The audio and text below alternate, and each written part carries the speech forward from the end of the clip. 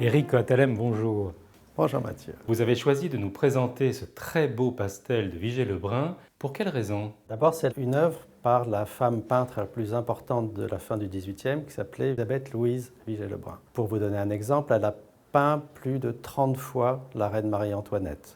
C'était vraiment la protégée de la reine et elle a pu représenter tous les plus grands personnages de la cour de l'époque. Malheureusement pour elle, sa proximité avec la reine a fait qu'elle a dû s'enfuir pendant la Révolution et elle a passé des années en fuyant à Rome, puis à Vienne et enfin à Saint-Pétersbourg où elle restera de longues années avant de revenir en France.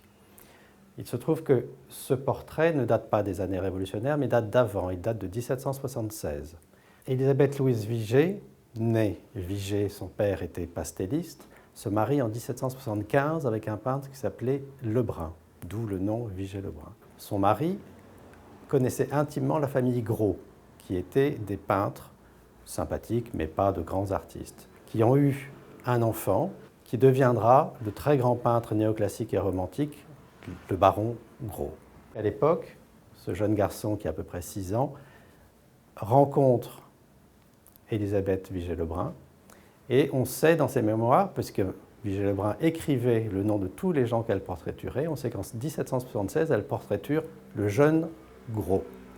Alors, évidemment, ce n'est que par déduction qu'on arrive à comprendre que c'est lui, mais néanmoins, c'est le seul petit garçon de 6 ans qu'elle portraiture en 1976, au moment de son mariage.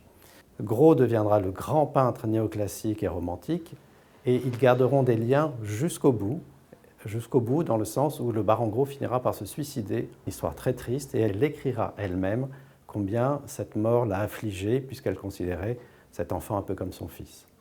Donc là, vous avez un pastel dans un état exceptionnel, jamais touché, qui a longtemps été considéré comme étant de Maurice Quentin de la Tour, le plus grand pastelliste du XVIIIe, mais néanmoins, on sait aujourd'hui que c'est d'elle. Qu'est-ce qui fait la particularité de ce portrait pour vous? D'abord la beauté de l'enfant, la beauté de la pose, l'intelligence du regard, la beauté des tissus, et le raffinement des bleus. On ne peut pas espérer mieux pour un pastel du XVIIIe, et surtout dans cet état-là. Vous l'avez depuis longtemps? Non. Et je l'ai trouvé en Italie, et je ne sais pas ce qu'il faisait là-bas, excepté que Vigée-Lebrun ayant passé plusieurs années en Italie pendant la Révolution, peut-être a-t-elle emporté le portrait de ce petit garçon qu'elle aimait tant avec elle. Ça, on ne sait pas.